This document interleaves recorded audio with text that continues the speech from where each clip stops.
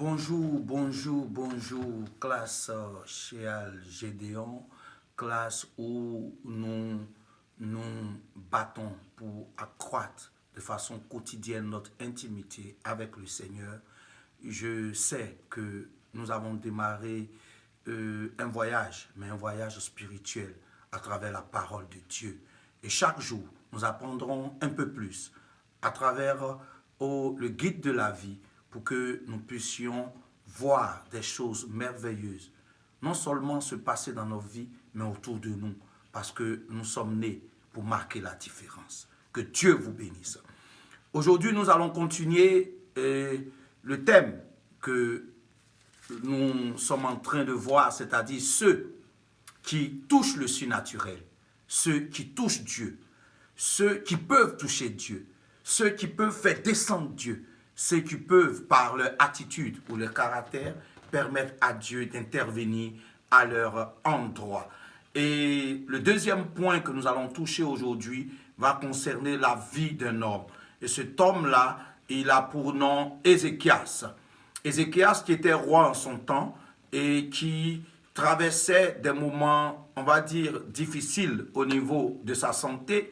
Alors le Seigneur va envoyer son serviteur, le prophète Ésaïe, pour aller lui demander de ranger sa maison, de donner les ordres à sa maison. Ça veut dire simplement de faire son testament, parce que son temps de partir était arrivé. Alors, ce prophète va obéir à son Dieu, s'approcher du roi Ézéchias, et c'est là, à partir de ce moment-là, que notre histoire va commencer pour nous permettre de savoir un certain nombre de choses. Donc, allons tout doucement dans le livre de 2 Rois, en son chapitre 20, à partir du verset 1. Nous lisons la parole de Dieu. 2 Rois, chapitre 20, à partir du verset 1. 2 Rois, chapitre 20, à partir du verset 1, dit ceci. En ce temps-là, Ézéchias fut malade à la mort. Le prophète Ésaïe, fils d'Amos, vint auprès de lui et lui dit, « Ainsi parle l'Éternel, donne tes ordres à ta maison, car tu vas mourir et tu ne vivras plus. » Ézéchias tourna son visage contre le mur et fit cette prière à l'Éternel. « Ô Éternel, souviens-toi que j'ai marché devant ta face avec fidélité et intégrité de cœur, et que j'ai fait ce qui est bien à tes yeux. » Ézéchias répondit d'abondantes larmes. Verset 4.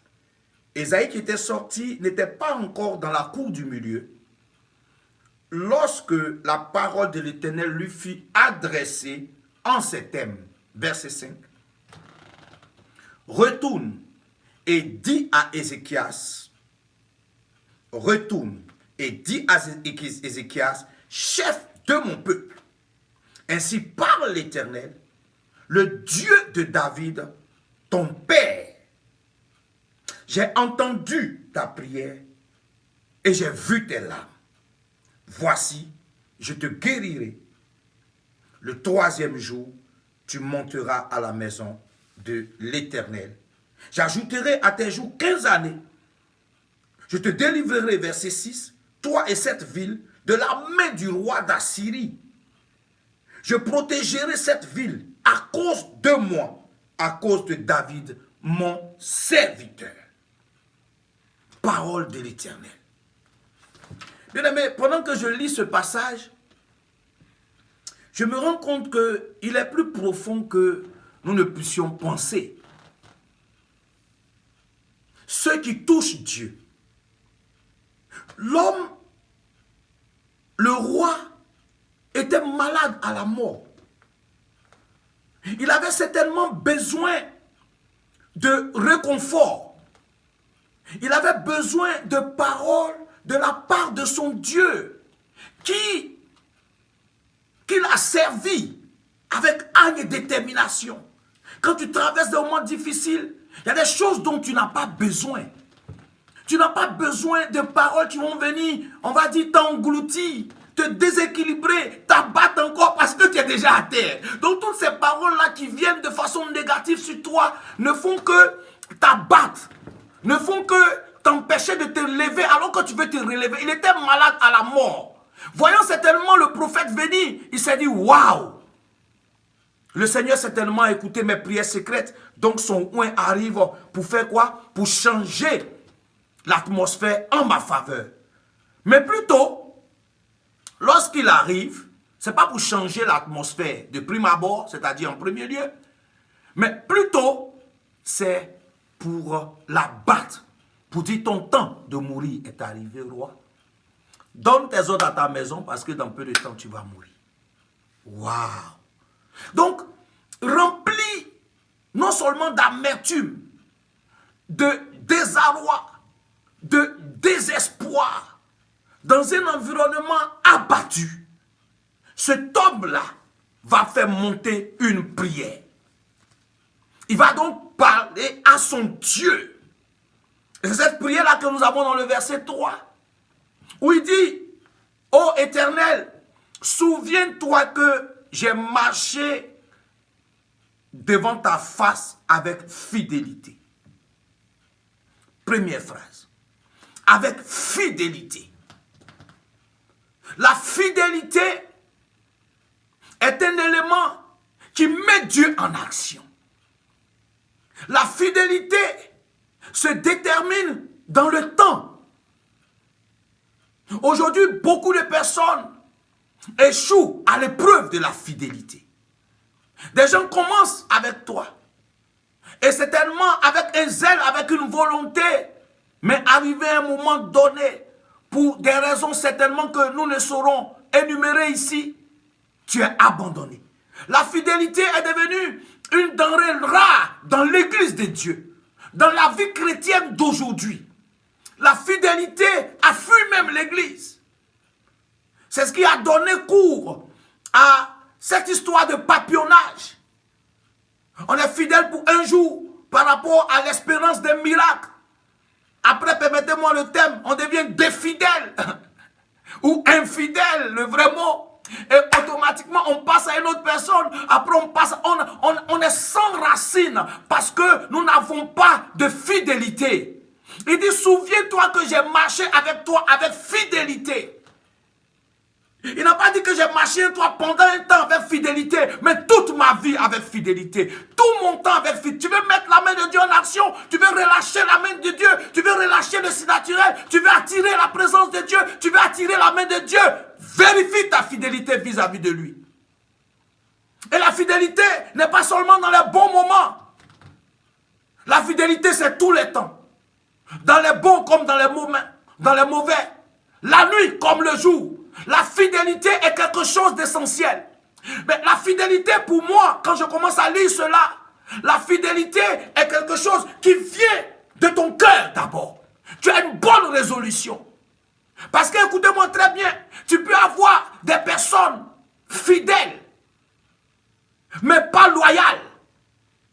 C'est-à-dire simplement que des personnes peuvent être là tous les jours, mais dans leur cœur, elles ont une autre pensée. Dans leur cœur, elles ont autre chose. La fidélité et la loyauté, des fois, il y a une petite différence. Oui, même une différence. Tu peux être fidèle et ne pas être loyal, mais tu ne peux pas être loyal sans être fidèle. Je répète. Tu peux être fidèle et ne pas être loyal, mais tu ne peux pas être loyal sans être fidèle. Parce que, laissez-moi planter le décor. Tu peux être quelqu'un qui travaille dans une société. Donc, pour ton salaire, pour ce qu'on doit te donner, tous les jours tu es à l'heure, tu pointes.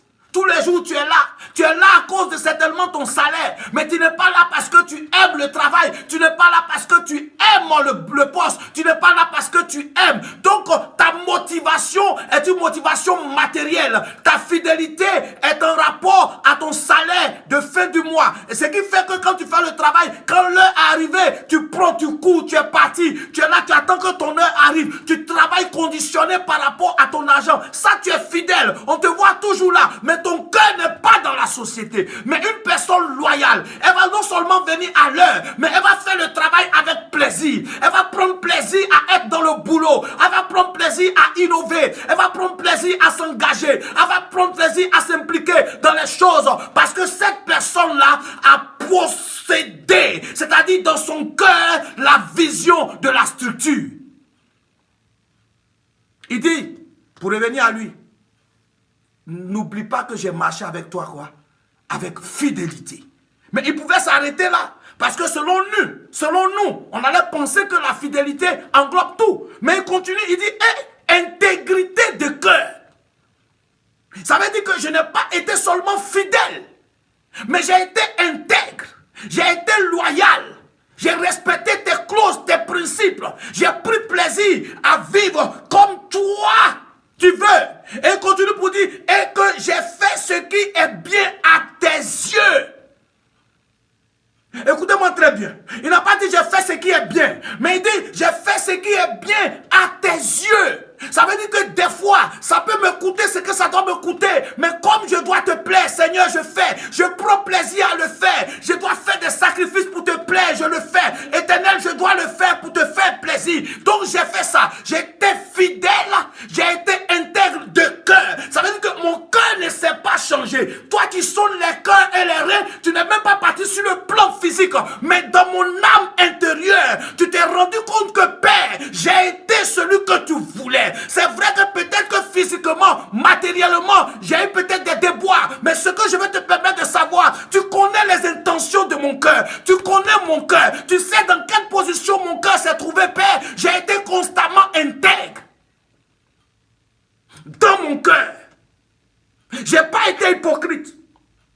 J'ai pas eu deux faces avec toi.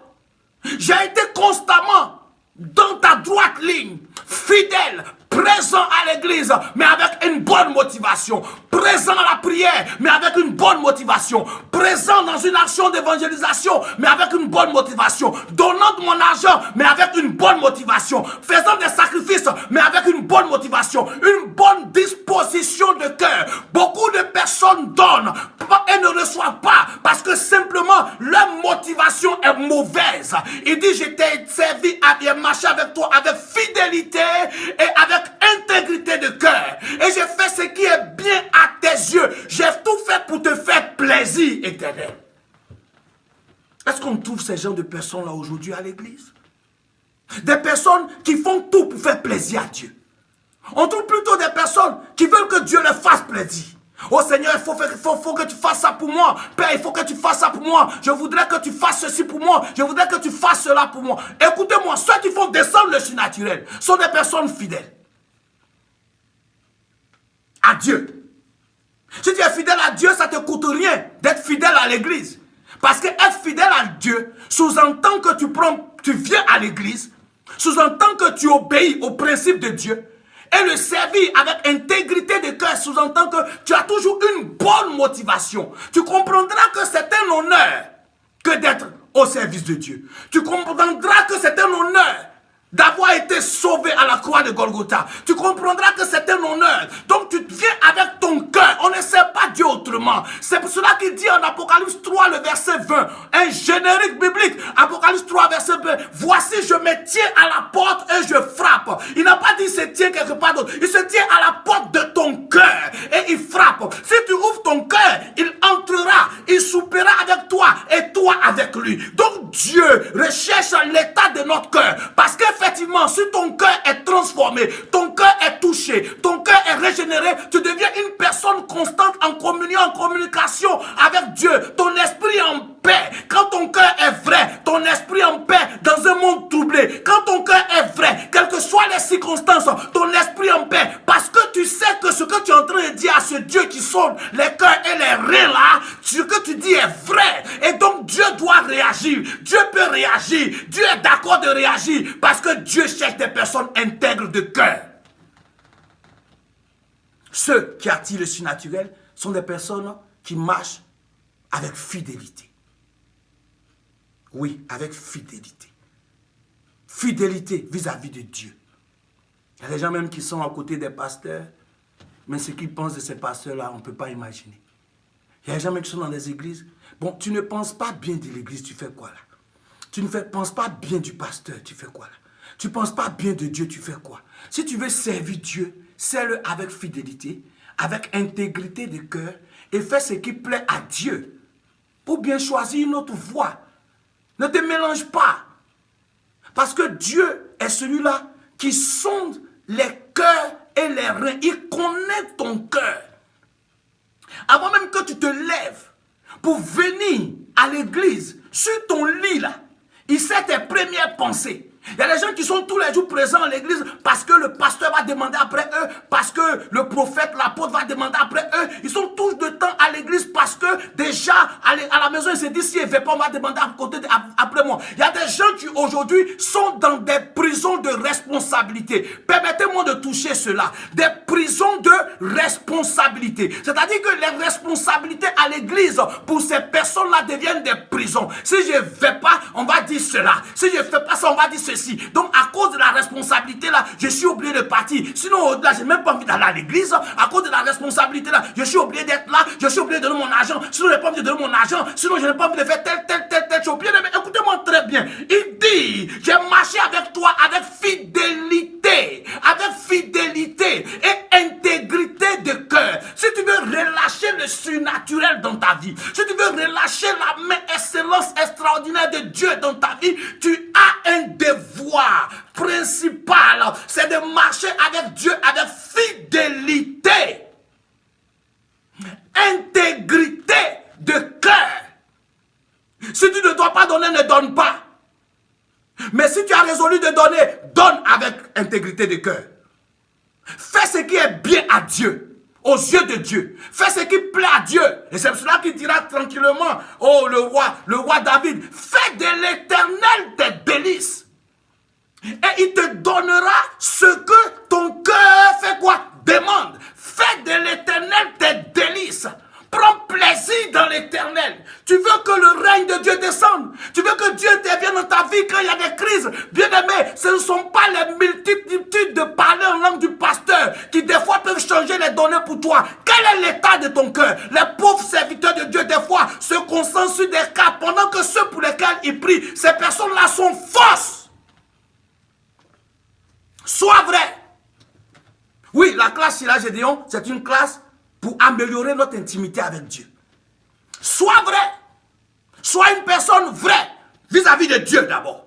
Vrai vis-à-vis des hommes. Alors, la visitation de l'Éternel sera à ta portée. Parce que c'est fondamental. J'ai voulu insister sur ces 3 points concernant Ézéchias. Et quand il a fini de faire ses prières, parce que ce sont des déclarations, ce sont des faits qu'il a rappelés à Dieu. Sa prière était plutôt un rappel de la mémoire de Dieu. Il n'était pas en train de dire, s'il te plaît, guéris-moi. Tu sais que vraiment, j'ai pas envie de mourir aujourd'hui. Non, non, non, non. Il a fait un rappel. Ézéchias a ouvert un livre. Il a ouvert le livre de souvenirs entre Dieu et lui. Ceux qui relâchent la main de Dieu sont ceux qui savent et qui peuvent ouvrir le livre de souvenirs entre Dieu et eux. As-tu un livre de souvenirs? Quelles sont les actions sur lesquelles tu peux t'appuyer pour crier à Dieu dans tes temps de crise? As-tu un livre de souvenirs? Un livre de souvenirs vrai? As-tu un livre de souvenirs dans lequel tu peux rappeler à Dieu, comme Ézéchias a dit, Seigneur, souviens-toi que j'ai marché avec fidélité. Souviens-toi que j'ai marché aussi avec intégrité de cœur. Souviens-toi que moi, j'ai fait ce qui était bien à tes yeux. J'ai posé des actions. Et ces actions-là ont été écrites dans le livre de souvenirs. Dans notre alliance, toi et moi. C'est écrit là-bas. Peut-être que tu as oublié. Souviens-toi. Ouvre rapidement le livre et puis regarde. J'ai été donc utile à ton œuvre. Je me suis donc consacré à ton œuvre. La maladie qui est en train de m'emporter, tu es capable de pouvoir intervenir. Ça dépend de toi, mon Père. Avant de prendre ta dernière décision, regarde dans ton livre de souvenirs. Bien-aimé, ceux qui activent la main de Dieu sont ceux qui ont un livre de souvenirs entre Dieu et eux. Les gens à l'église veulent vivre comme ils pensent. On ne va pas rappeler des actions ici. Mais bien aimé, tout un chacun a un livre de souvenirs. Que ton livre de souvenirs soit puissant. C'est-à-dire que ton livre de souvenirs regorge des actions, pas pour faire plaisir aux gens, mais pour faire plaisir à Dieu. Quand tu soutiens une veuve, quand tu soutiens les indigents, quand tu soutiens les pauvres, ceux qui n'en ont pas, quand tu soutiens les orphelins, quand tu soutiens des personnes qui traversent des situations difficiles, quand tu prends la défense des opprimés, quand tu pries Dieu, quand la nuit tu ne dors pas, quand tu parles à l'Éternel pour le salut des nations, pour le salut des âmes, pour le salut de ta famille, pour que l'œuvre de Dieu avance, tu as un livre de souvenirs qui est ouvert. Quand tu apportes toute ton offrande des fois à Dieu, pas parce qu'on t'a obligé, mais parce que tu sais que tu dois faire des sacrifices à Dieu. Bien aimé, toutes les actions que tu mènes avec un cœur sincère, avec intégrité de cœur, quand toutes les fois il y a un besoin dans l'église, il y a un besoin d'un enfant de Dieu, il y a un besoin de qui que ce soit, et que tu as les moyens et que tu réagis, des fois même tu donnes aux gens pendant que tu n'en as pas. Ton livre de souvenirs prend toutes ces choses en compte, et donc au moment où les crises viennent, toi tu ne planifies pas pour planifier, mais tu cries à l'Éternel, souviens-toi de ce que j'ai fait. Le livre des souvenirs est ouvert. Ceux qui actionnent la main de Dieu sont les gens qui savent qu'il y a un livre de souvenirs qui est ouvert. On ne fait pas n'importe quoi. On ne vient pas de façon hypocrite. On ne donne pas de façon hypocrite. On ne fait pas les choses de façon hypocrite. On ne pose pas des actions pour plaire aux gens. Bien aimé, il y a un livre de souvenirs. Et donc quand il finit ces différents éléments, alors la Bible dit au verset 4, Ésaïe qui était sorti n'était pas encore dans la cour du milieu, lorsque la parole de l'Éternel lui fut adressée en ces termes. Retourne, Masakatala. Retourne. C'est moi Dieu qui ai parlé. C'est moi Dieu qui t'ai envoyé. Mais il y a quelqu'un qui m'a touché. Cet homme-là m'a touché. Cet homme-là est un homme d'alliance. Cet homme-là est un homme qui connaît les mystères de la communion et de la communication avec son Dieu. Cet homme-là m'a rappelé que dans notre alliance-là, il y a des archives, il y a un livre de souvenirs. Il a réveillé ma mémoire. Et quand ma mémoire a été réveillée, je ne peux pas me justifier devant lui. Donc retourne et puis va changer le décret. Mets la main de Dieu en action. Amène Dieu à se repentir parce qu'il a un livre de souvenirs. Bien-aimés, ceux qui peuvent amener Dieu à se repentir, bien-aimés, ceux qui peuvent toucher Dieu à changer ses décisions, ce sont ces personnes-là qui ont aussi un livre de souvenirs. Ce sont ces personnes-là qui servent Dieu avec intégrité de cœur, avec fidélité et qui font tout ce qui est bien pour que le royaume de Dieu soit glorifié, que l'œuvre de Dieu puisse avancer. Et donc lui dit ainsi, parle le Dieu de David, ton père. C'est le point que je veux toucher. J'ai entendu ta prière et j'ai vu tes larmes. J'ai entendu ta prière et j'ai vu tes larmes. Il y a des gens qui sont à l'église, pas sur le temps pleurer. Oh Seigneur, oh Seigneur, oh Seigneur. Bien aimé, écoute-moi bien. Il avait les raisons. Il a prié d'abord. J'ai entendu ta prière et j'ai vu tes larmes. J'ai fait quoi? Entendu ta prière et j'ai vu tes larmes. L'église n'est pas un centre de funérailles où les gens viennent matin, midi, soir, ils pleurent, leur visage est serré, ça gâte même l'aspect de leur visage parce que tous les jours, c'est eux qui pleurent, c'est eux qui pleurent, c'est eux qui pleurent et puis quoi? Tu as fait quoi? Et puis tu pleures. Tu pleures et puis quoi? Tu veux attirer la pitié des gens, tu perds ton temps. Il dit, j'ai entendu ta prière. Ta prière a de la valeur. J'ai vu tes larmes, mais en fait, j'ai commencé d'abord par ta prière. J'ai entendu ta prière. Ta prière m'a interpellé. C'est alors que j'ai vu tes larmes. C'est parce que tu as prié que je me suis levé et que j'ai mis mon regard sur toi et que j'ai vu tes larmes. C'est parce que tu as su me toucher, tu as su m'attirer, que maintenant mes yeux sont allés vers toi et que j'ai vu tes larmes. Donc alors, je change ma décision. Tu ne mourras pas. Je te guérirai et je te donnerai 15 années de plus de vie. Ceux qui savent faire descendre le surnaturel, ceux qui savent attirer Dieu, sont ces personnes-là. En résumé, bien sûr, premièrement, qui marchent avec fidélité. Intégrité de cœur. Ils font tout ce qui est bien aux yeux de Dieu. Automatiquement, ces choses sont inscrites où? Dans le livre de souvenirs. Et donc, ça leur donne le droit à faire une prière de rappel. Donc, il ne dit pas au Seigneur, s'il te plaît, mais il dit, souviens-toi. Il faut bien qu'il y ait eu quelque chose au préalable pour qu'on dise, souviens-toi. Et Dieu va s'engager dans une réponse prophétique. Il ne dit même pas même que, oui, je viens directement à cause de toi. Il dit, j'ai entendu tes prières, j'ai vu tes larmes, et il continue, voici, je te guérirai. Mais au verset 6, il dit, j'ajouterai à tes jours 15 années, je te délivrerai, toi et cette ville, de la main du roi d'Assyrie. Je protégerai cette ville à cause de moi et à cause de David, mon serviteur. Suivez-moi très bien. Nous sommes en train de développer vraiment des points essentiels ici. C'est une bibliothèque, ce petit passage-là. Oh my God. Il dit, je vais ajouter le nombre d'années sur ta vie. Mais regarde ce qui va se passer. Tu ne seras pas seulement guéri. Donc automatiquement, après cette lecture, je me rends compte qu'il y avait même une situation de crise qui prévalait autour de la nation d'Israël. Le peuple d'Assyrie était en action. Et donc il lui dit, c'est pas seulement la guérison que tu vas recevoir, mais tu vas recevoir aussi la victoire sur le peuple d'Assyrie. Je te fais passer un autre stade parce que tu as touché mon âme. Je me suis rendu compte que tu es quelqu'un de particulier. Donc non seulement tu seras guéri, mais deuxièmement, moi je te donne quoi? Je te donne la victoire sur le peuple d'Assyrie. Mais écoute-moi bien, Ézéchias, toutes ces choses-là, je vais les faire à cause de moi, Dieu, et à cause de ton père David. Ceux qui attirent la main de Dieu sont ces personnes-là qui savent rappeler la mémoire de Dieu et faire réagir l'alliance de Dieu.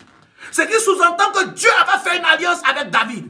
Donc les enfants de la maison de David ne devaient pas mourir comme ça. Ne devaient pas mourir de façon brutale. Ne devaient pas mourir de façon précipitée. Ne devaient pas mourir avec ces maladies-là. Les enfants de la maison de David devaient demeurer forts. Devaient toujours continuer à manifester et à matérialiser la victoire aussi longtemps qu'ils seront au trône. Donc lui, sa petite prière-là, qu'il a rappelée à Dieu, a envoyé Dieu très loin. Peux-tu envoyer Dieu très loin en ta faveur? Tu as le choix. Tu as le choix de le servir avec intégrité. Tu as le choix de le servir avec intégrité de cœur, de marcher avec lui dans la fidélité. Et tu as le choix de faire tout ce qui est bien à ses yeux. Alors, ton livre de souvenirs pourra parler en ton endroit au moment où toi-même tu t'attendras le moins. Que Dieu te bénisse et qu'il nous donne cette force-là de nous retrouver encore pour sa gloire. Au nom de Jésus. Amen.